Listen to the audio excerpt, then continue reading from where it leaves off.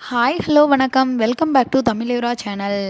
நம்ம Vichithra big boss season 7லேருந்து வெளில வந்ததுக்கப்புறம் இப்போ தான் சென்னை வந்திருக்காங்க. சென்னை வந்ததுக்கப்புறம் பார்த்திங்க அப்படின்னா வந்து இன்டர்வியூ வந்து நேற்று வந்து கொடுத்துருக்காங்க. ஸோ அந்த இன்டர்வியூவில் பார்த்திங்க அப்படின்னா வந்து எல்லாருமே கேட்கக்கூடிய அந்த பிரதீப்போட ரெட் கார்டு விஷயத்தை வந்து கேட்டாங்க இல்லையா. ஸோ அதில் பார்த்திங்க அப்படின்னா வந்து யாருமே சொல்லாத பல உண்மைகளை வந்து உடச்சி சொல்லியிருக்காங்க.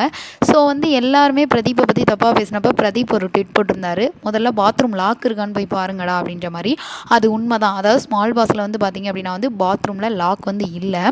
ஸோ அதே மாதிரி என்ன சொல்லியிருந்தாங்க அப்படின்னா வந்து உமனுக்கு சேஃப்டி இல்லை அப்படின்றத நான் உணரலை உள்ளே இருந்த வரைக்கும். ஸோ அது வந்து மிகப்பெரிய வார்த்தை, மிகப்பெரிய தப்பு அவர் மேலே வந்து சொன்னது அப்படின்றதையும். அது மட்டும் இல்லாமல் இப்போ ஸ்மால் பாஸில் வந்து லாக் இல்லாததுக்கு காரணமே வந்து நிறைய டைம் வந்து பிரதீப் வந்து என்ன சொல்லுவாராம் அப்படின்னா, இதுவுமே வந்து பிக் பாஸோட ஒரு பிளான் தான். அதாவது என்ன அப்படின்னா வந்து பாத்ரூமில் வேணும்னே லாக்கை எடுத்திருப்பாங்க. ஸோ இதனால சம் அதர் இஷ்யூஸ், அதாவது என்ன கான்ஃப்ளிக்ட் வந்து ஹவுஸ்மேட்ஸ்க்கு இடையில வந்து கிரியேட் ஆகும். ஸோ இதுவுமே ஒரு கேம் பிளானாக இருக்கலாம் அப்படின்ற மாதிரி வந்து யோசிப்பாராம். ஸோ அதே தான் அவங்களும் சொல்லியிருந்தாங்க. என்ன அப்படின்னா வந்து நான் பல தடவை வந்து ஸ்மால் பாஸு பாத்ரூமில் வந்து லாக் இல்லை அப்படின்ற வந்து சரி செய்யுங்க அப்படின்னு சொல்லியும் அவங்க வந்து சரி செய்யலை. ஸோ இதுவும் வந்து மேபி வந்து பிளானாக தான் வந்து இருக்கும். ஏன்னா வந்து இதை எப்படி பாய்ஸ் ஹேண்டில் பண்ணுறாங்க, கேர்ள்ஸ் ஹேண்டில் பண்ணுறாங்க அப்படின்ற மாதிரி இதுவுமே ஒரு டாஸ்க்காக இருக்கலாம் அப்படின்ற மாதிரியும் சொல்லியிருந்தாங்க.